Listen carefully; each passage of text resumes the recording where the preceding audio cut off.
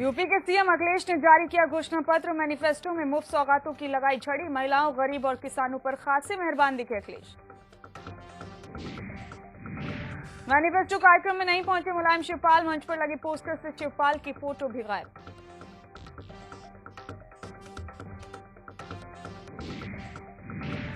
UP में सपा कांग्रेस का गठबंधन लगभग तय। 298 सीटों पर लड़ेगी सपा। कांग्रेस ने 105 सीटों पर जताई सहमति।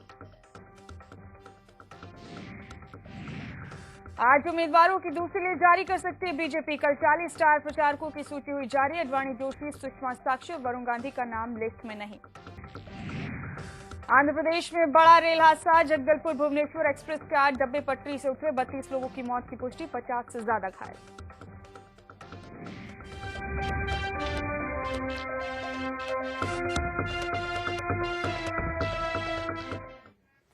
नमस्कार, स्वागत हो के इंडिया के इस बुलेटिन में आपका। मैं हूं आपके साथ मुमताज खान। ये थी सुर्खियां अभी तक की। शुरुआत करेंगे बुलेटिन की इस वक्त की बड़ी खबर के साथ।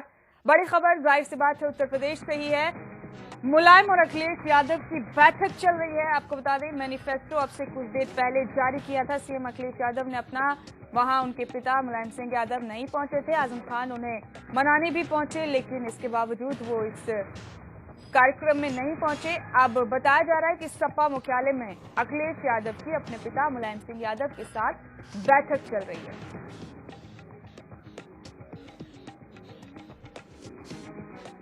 बड़ी खबर इस वक्त की यूपी से आपको बता रहे हैं। सपा मुख्यालय पर यह बैठक चल रही है।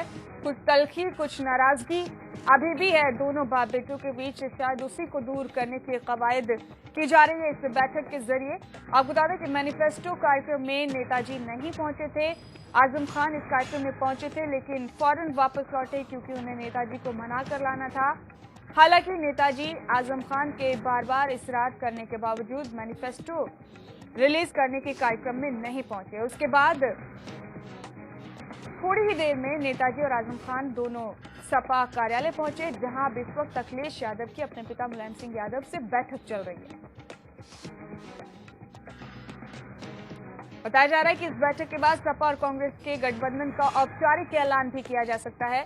हालांकि 90% ऐलान तकरीबन हो ही चुका है। 105 सीटों पर सहमति बनी है कांग्रेस की। 294 सीटों पर सपा चुनाव लड़ेगी।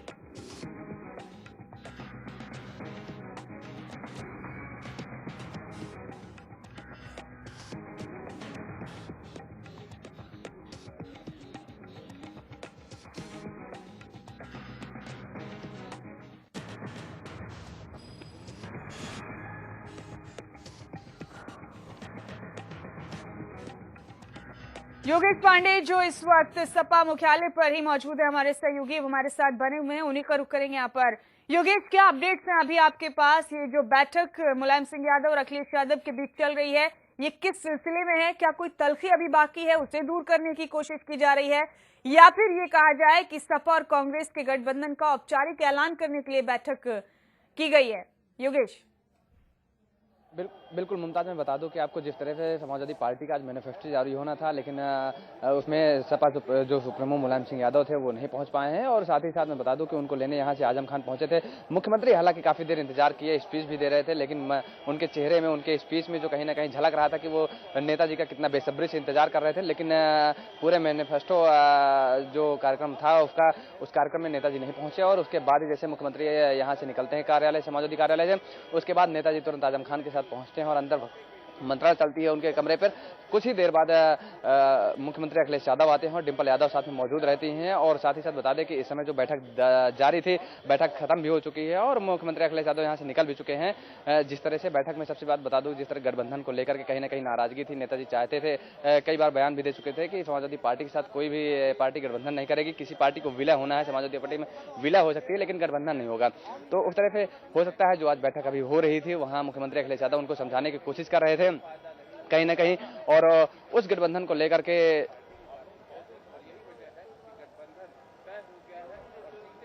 तो ये बैठक अभी भी चल रही है। योगेश, योगेश, ये बैठक अभी भी जारी है? योगेश, आप सुन सकते हैं हमें? वापस कोशिश करेंगे अपने सहयोगी योगेश पांडे से संपर्क साधने की। वो इस वक्त सपा मुख्यालय के बाहर ही मौजूद हैं। नेताजी मुलायम सिंह यादव और अखिलेश यादव के बीच ये बैठक चल रही है। अभी गठबंधन को लेकर बताया जा रहा है कि ये बैठक चल रही है। नेताजी पहले से ही नाराज थे किसी भी गठबंधन को लेकर समाजवादी पार्टी के साथ। उन्होंने ये कहा भी था पहले कि किसी को गठबंधन करना है तो वो अपनी पार्टी का विलय कर ले सपा में। लेकिन अखिलेश यादव की बातचीत लंबे वक्त से चल रही है कांग्रेस के साथ गठबंधन को लेकर, और खबर यह भी है कि अब 105 सीटों पर कांग्रेस ने सहमति बनाई है। साथ ही 298 सीटों पर सपा चुनाव लड़ेगी। लेकिन अब पिता और बेटे के बीच एक बार फिर से पेच फंसता हुआ सा नजर आ रहा है। औपचारिक ऐलान इसके बाद ही हो पाएगा गठबंधन का। खबर अभी तक यही है कि इस बैठक में दरअसल सपा और कांग्रेस के गठबंधन पर ही चर्चा की जा रही है। हालांकि इससे पहले जब सीएम ने अपना मैनिफेस्टो रिलीज किया तो नेताजी मुलायम सिंह यादव वहां नहीं पहुंचे। मैनिफेस्टो रिलीज करने के वक्त वो वहां नहीं पहुंचे। अकेले मुख्यमंत्री अखिलेश यादव ने अपना मैनिफेस्टो जारी किया है। आजम खान इस कार्यक्रम में पहुंचे थे, लेकिन जब उन्होंने देखा कि नेताजी यहां नहीं हैं तो वापस लौटे वो नेताजी को मनाकर लाने के लिए। पर तमाम कोशिशों के बावजूद भी, तमाम इसरार के बावजूद भी नेताजी मैनिफेस्टो रिलीज होने वाले कार्यक्रम में नहीं पहुंचे। अब बताया जा रहा है कि लखनऊ में सपा मुख्यालय में अखिलेश यादव और मुलायम सिंह यादव की बैठक चल रही है। गठबंधन को लेकर ये अहम बैठक बताई जा रही है। नेताजी गठबंधन से नाराज थे। योगेश पांडे हमारे सहयोगी एक बार फिर से हमारे साथ जुड़ गए हैं। योगेश, ये बैठक अभी भी जारी है? बिल्कुल मुमताज, मैं बता दूं जिस तरह से भी बैठक चल रही थी, बैठक समाप्त हो चुकी है और मुख्यमंत्री अखिलेश यादव यहां से निकल भी चुके हैं। समाजवादी पार्टी कार्यालय से सबसे बात जो बता रहे थे गठबंधन को लेकर के कहीं न कहीं जो मुख्यमंत्री अखिलेश यादव नेताजी को समझाने की कोशिश कर रहे थे। कहीं न कहीं जिस तरह सूत्रों के हवाले से खबर आ रही है 298 सीटों पर जो कि समाजवादी पार्टी लड़ने के लिए तैयार हो चुकी है और लगभग 105 सीटें जो जिसपे कांग्रेस जो अड़ी हुई थी उस पर भी समाजवादी पार्टी राजी हो गई है और 105 सीटें देंगी कांग्रेस को और 298 सीटों पर समाजवादी पार्टी चुनाव लड़ेगी। मुमताज, तो कितना इंतजार और किया जाए योगेश, और उसके बाद ही औपचारिक ऐलान होगा ये बैठक जैसे खत्म होती है? बिल्कुल मुमताज, मैं बता दूं आपको ये बैठक समाप्त हो चुकी है और जिस तरह से सीटों को लेकर के ये गठबंधन रुका हुआ था, आपको बता दें कि जब समाजवादी पार्टी में एक दंगल चल रहा था, समाजवादी परिवार में जो राज चल रही थी उसको लेकर के जब साइकिल सिंबल पर एक ग्रहण लगने वाला था तो मुख्यमंत्री अखिलेश यादव को कहीं ना कहीं डाउट था कि साइकिल सिंबल अगर उनको नहीं मिलता है तो कैसे। इसलिए कांग्रेस को उन्होंने भरोसा दिलाया था, आश्वासन दिया था कि 150 सीटें कांग्रेस को देंगे। लेकिन उसके बाद जैसे ही साइकिल सिंबल मिलता है 121 सीटों देने की बात करती है कांग्रेस को, लेकिन कांग्रेस उस पर भी राजी हो जाती है। उसके बावजूद फिर जो है समाजवादी पार्टी पलट जाती है और कहती है कि कम से कम 300 सीटों पर हम चुनाव लड़ेंगे और अगर इससे कम सीटों पर चुनाव लड़ते हैं तो कहीं ना कहीं हम अपने आप को कुंठित महसूस करेंगे, क्योंकि समाजवादी पार्टी इस समय सत्ता में है राज्य में। तो साफ तौर पर सीटों को करके जो अटकलें जारी थी वो कहीं ना कहीं अब सुलझती हुई नजर आ रही हैं और जिस तरह से कल दिन भर कांग्रेस और समाजवादी पार्टी के सीनियर लीडरों का जो टेलीफोनिक वार्ता चली, हालांकि इसमें जो अहम भूमिका बताई जा रही है, जो निभाने वाली है, सोनिया गांधी की बताई जा रही है। प्रियंका गांधी और राहुल गांधी ने भी बहुत कोशिश की। बैठक में अखिलेश और मुलायम सिंह यादव के अलावा और कौन सा नेता मौजूद था? क्या आजम खान यहाँ पर थे? मुमताज, बिल्कुल मैं बता दूं इस बैठक में जिस तरह से नेताजी के साथ मुलायम सिंह के साथ अखिलेश यादव की बैठक चल रही थी, इसमें आजम खान और साथ से साथ बता दें कि डिंपल यादव भी इस बैठक में मौजूद रही हैं। और सबसे बड़ी बात यह है कि जिस तरह से मैनिफेस्टो कार्यक्रम में मुलायम सिंह यादव नहीं पहुंचते हैं और उसके बाद थोड़ी देर बाद समाजवादी कार्यालय पहुंचते हैं तो आखिर निर्णय का निकल के आया है ये अभी कुछ कह पाना मुश्किल होगा। कुछ ही समय में हो सकता है जो औपचारिक ऐलान है वो ऐलान भी हो जाए। नरेश उत्तम जो कि प्रदेश अध्यक्ष हैं समाजवादी पार्टी के, वो भी इस बैठक में मौजूद रहे। मुमताज, क्या कांग्रेस से भी कोई यहाँ पर मौजूद है योगेश? कांग्रेस का कोई और नेता सुबह से यहाँ पहुंचा हो? मुमताज, बिल्कुल मैं बता दूं कांग्रेस के जितने भी सीनियर लीडर हैं वो सारे इस समय दिल्ली में मौजूद हैं और समाजवादी पार्टी के साथ किसी भी कांग्रेस लीडर का जो है मुलाकात आज नहीं हुई। जो कल की मुलाकात थी यानी शनिवार की जो मुलाकात थी वो मानी जा रही है कि जिस तरह से कुछ लीडरों को समाजवादी पार्टी यानी मुख्यमंत्री आवास जो है कांग्रेस ने भेजे थे अपने कुछ कैंडिडेटों को, उन्होंने मुख्यमंत्री अखिलेश यादव से बात की और बात करने के बावजूद जिस तरह से निष्कर्ष निकल करके आ रहा है 298 और 105 सीटों पर लड़ने का चुनाव, वो कहीं ना कहीं अब जो गठबंधन को लेकर के अटकलें रुकी हुई थे, वो रोड़ा बन रही थी सीटें, वो कहीं ना कहीं अब जो है रास्ता साफ होते हुए नजर आ रहा है। मुमताज जी, रास्ता अब साफ होता हुआ नजर आ रहा है। यूपी की सियासत में अब नए सिरे से सोचना लोग शुरू कर देंगे। योगेश, एक आखिरी और सबसे अहम सवाल, गठबंधन इसी तर्ज पर अगर होता है जैसे कि आपने बताया कि तकरीबन ऐसे फाइनल हो चुका है, 105 सीटों पर कांग्रेस ने सहमति जताई है, इसके बाद योगेश, सपा और कांग्रेस के इस गठबंधन को क्या वाकई आप अपने सियासी प्रतिद्वंदियों पर भारी पड़ता हुआ देखते हैं? क्या समीकरण है अभी के? बिल्कुल मुमताज, बता दें जिस तरह से सीटों को लेकर के गठबंधन के ऊपर जो है काले बादल मंडरा रहे थे, उसको लेकर के कहीं ना कहीं अब जो रास्ता साफ हो गया है। तो समाजवादी पार्टी और कांग्रेस अगर गठबंधन करके चुनाव लड़ती है तो कहीं ना कहीं जो आपने देखा होगा जिस तरह से बहुजन समाज पार्टी ने जो है कांग्रेस कार्ड खेला, क्षमा चाहेंगे, मुस्लिम कार्ड खेला था। मुस्लिम कार्ड में उन्होंने 403 विधानसभा सीटों में लगभग 97 सीटों पर मुस्लिम प्रत्याशी उतारे थे। तो वहीं ना कहीं समाजवादी पार्टी ने अब तक में 50 से ज्यादा प्रत्याशी उतार चुके हैं, जबकि अभी इनकी पूरी सीट भी हालांकि क्लियर नहीं हुई है प्रत्याशियों की। तो कहीं ना कहीं जिस तरह से कांग्रेस और समाजवादी पार्टी का गठबंधन होता है तो जो मुस्लिम वोटर है वो कहीं ना कहीं बहुजन समाज पार्टी की तरफ से कुछ जो, क्योंकि उसको मुस्लिम वोटर्स को केवल भारतीय जनता पार्टी को सत्ता में आने से रोकना है, तो इस तरह से कहीं ना कहीं समाजवादी पार्टी को बेनिफिट होगा और हो सकता है बिल्कुल, क्योंकि इससे पहले कंफ्यूज हो गए थे सपा के इस झगड़े से योगेश, मुस्लिम वोटर्स कंफ्यूज थे कि अब क्या करें, या तो बसपा ही विकल्प बचता है, उसका सीधे तौर पर फायदा बसपा को हो जाता है, लेकिन कांग्रेस के साथ आने से ये कंफ्यूजन काफी हद तक मिटने की कगार पर है, ऐसा लगता है आपको? बिल्कुल मुमताज, मैं बता दूं आपको, जो मुस्लिम अगर वोटर की हम बात करें जो कि लगभग उत्तर प्रदेश में 19% है, तो कहीं ना कहीं ये जो सत्ता पक्ष में पार्टी का आने का जो है एक ये वोटर जो है एक अहम रोल निभाता है। तो उसको लेकर के जो अभी मुस्लिम वोटर जो है वोट बैंक जो है डाउट में था, क्योंकि उसके पास कहीं और कोई विकल्प नहीं मिल पा रहा था। समाजवादी पार्टी में जिस तरह से घमासान जारी था तो वो बिल्कुल उसके सामने कोई रास्ता नजर नहीं आ रहा था कि समाजवादी पार्टी में इस तरह घमासान से वो सत्ता में आ पाएगी कि नहीं आ पाएगी। उसका क्योंकि मेन मकसद था बहुजन समाज पार्टी के साथ जाना, और जो अगर रास्ता नहीं कोई है तो बहुजन समाज पार्टी के साथ में जाएगी, क्योंकि मेन मकसद जो था वो भारतीय जनता पार्टी को रोकना सत्ता में आने से। साफ तौर पे अब उसको लिए एक रास्ता नया खुल गया है, क्योंकि कांग्रेस के साथ भी मुस्लिम वोट बैंक का अच्छा रुझान माना जाता है। तो वो जो रास्ता नहीं दिख रहा था मुस्लिम वोट बैंक को, वो अब जो है कहीं ना कहीं उनके लिए रास्ता क्लियर हो जाएगा इस गठबंधन को लेकर के। और समाजवादी पार्टी के साथ ही साथ कांग्रेस को भी एक बहुत बड़ा बेनिफिट होगा, क्योंकि कांग्रेस भी एक सियासी जमीन तलाश रही थी उत्तर प्रदेश में, क्योंकि जिस तरह से लोकसभा चुनाव के बाद विधानसभा चुनाव में उसको कहीं ना कहीं ये अंदेशा था कि लास्ट पिछली बार जो 28 सीटें आई थी उसमें से कहीं ना कहीं जिस तरह से 8 विधायकों ने कांग्रेस पार्टी को छोड़ दिया था, इस बार उसको 2.5 सीट मिल पाएंगी, यानी 2.5 भी क्रॉस कर पाएगी कि नहीं कर पाएगी, इस चीज का कहीं ना कहीं कांग्रेस को बहुत बड़ा अंदेशा था। उसको लेकर के गठबंधन के लिए बहुत ही प्रयत्न कर रही थी समाजवादी पार्टी को भी कहीं ना कहीं गठबंधन की बहुत जरूरत थी। बढ़ते हैं बुलेटिन में आगे। समाजवादी पार्टी ने घोषणा पत्र का ऐलान कर दिया है।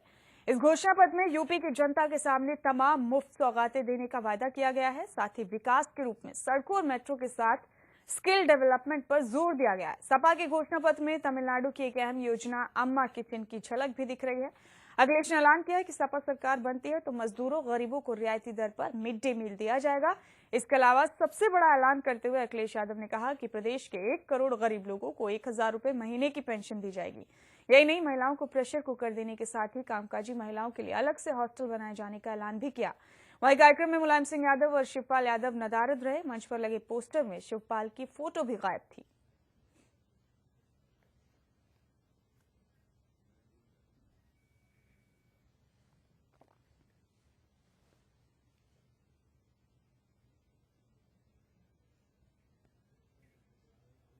और सपा के मैनिफेस्टो में क्या कुछ खास है, आइए नजर डालते हैं। अल्पसंख्यकों के लिए कौशल विकास योजना लागू की जाएगी। स्किल डेवलपमेंट बनाने का वादा, स्टार्टअप योजना, ये तमाम चीजें की गई हैं इस मैनिफेस्टो में। गरीब महिलाओं को प्रेशर कुकर देने का वादा किया गया है। महिलाओं को रोडवेज में 50% की छूट भी देने का वादा किया गया है। मजदूरों के लिए मिड डे मील की व्यवस्था की गई है। पशुओं के इलाज के लिए एम्बुलेंस की सुविधा दी जाएगी। ये तमाम चीजें हैं जो मैनिफेस्टो में अखिलेश यादव ने शामिल की है। गांव में एम्बुलेंस के साथ डॉक्टर भी पहुंचेगा। शहर के बराबर गांव में भी 24 घंटे बिजली दी जाएगी। समाजवादी किसान कोष बनाने का भी वादा किया है अखिलेश ने। आगरा, कानपुर, वाराणसी और मेरठ में मेट्रो लाएंगे। जिला मुख्यालय 4 लेन से जोड़ने का भी वादा उन्होंने किया है। जिला मुख्यालय को ग्रीनफील्ड टाउनशिप का निर्माण होगा। कुपोषित बच्चों को हर महीने 1 लीटर घी और 1 किलो मिल्क पाउडर दिया जाएगा। 25 जनपदों को 4 लेन सड़क से जिला मुख्यालय तक जोड़ा जाएगा। गरीब महिलाओं को जल्दी खाना बनाने के लिए प्रेशर कुकर दिया जाएगा। अल्पसंख्यकों के लिए कौशल विकास योजना चलाई जाएगी।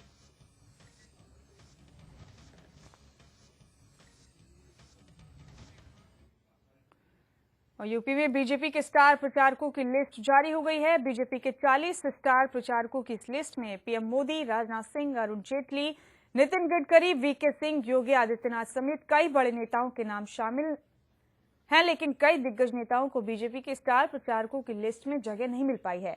सबसे चौंकाने वाले नामों में बीजेपी के मार्गदर्शक कहे जाने वाले वरिष्ठ नेता लालकृष्ण आडवाणी, मुरली मनोहर जोशी और सुषमा स्वराज को इस लिस्ट में जगह नहीं मिली। वहीं यूपी में बीजेपी के सबसे चर्चित नेताओं में से एक वरुण गांधी और साक्षी महाराज को भी बीजेपी ने स्टार प्रचारक नहीं माना।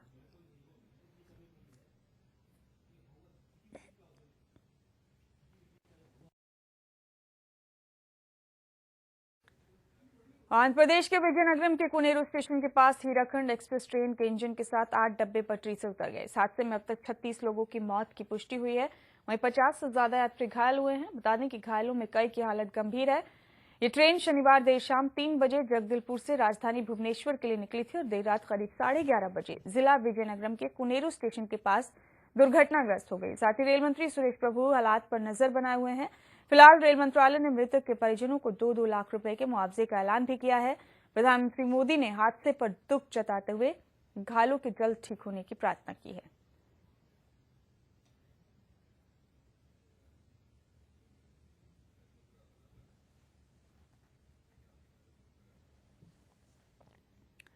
तमिलनाडु में जल्लीकट्टू पर मचे हंगामे को लेकर आज फैसला आ सकता है। फिलहाल तमिलनाडु सरकार ने जल्लीकट्टू पर लगे प्रतिबंध को हटा दिया है। आइए आपको ग्राफिक्स के जरिए समझाते हैं कि आखिर क्या है जल्लीकट्टू और क्या है ऐसा जिसे लेकर इतना हंगामा बरपा है। जल्लीकट्टू पोंगल के पर्व पर खेला जाने वाला एक खेल है। जनवरी में तमिलनाडु में इस खेल को खेला जाता है। इसे तमिलनाडु के लोगों की जीवन शैली का हिस्सा माना जाता है। जल्लीकट्टू खेलने वाले मजबूत नौजवान सांड को काबू में करने की कोशिश करते हैं। मंदिरों के बैलों के साथ खेला जाता है ये खेल। खेल जीतने वाले को इनाम दिया जाता है। जो सांड के कुबड़ को 15 से 20 मिनट तक पकड़ ले उसे इनाम दिया जाता है। साल 2014 में सुप्रीम कोर्ट ने इस प्रथा पर बैन लगा दिया था। पिछले साल केंद्र सरकार ने अध्यादेश जारी कर जल्लीकट्टू को इजाजत दे दी थी। सरकार के इस अध्यादेश को फिर सुप्रीम कोर्ट में चुनौती दी गई। फिलहाल जल्लीकट्टू पर सुप्रीम कोर्ट का आखिरी फैसला आना भी बाकी है।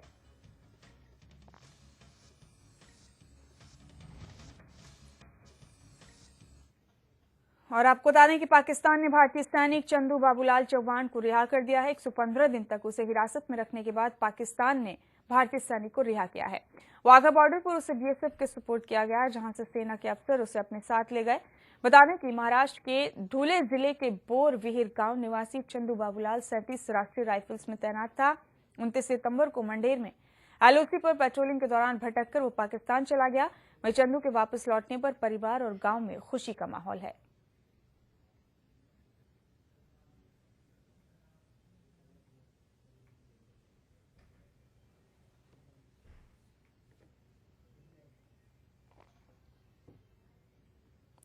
इन्हीं तमाम खबरों के साथ फिलहाल इस बुलेटिन में इतना ही। दीजिए इजाजत। नमस्कार।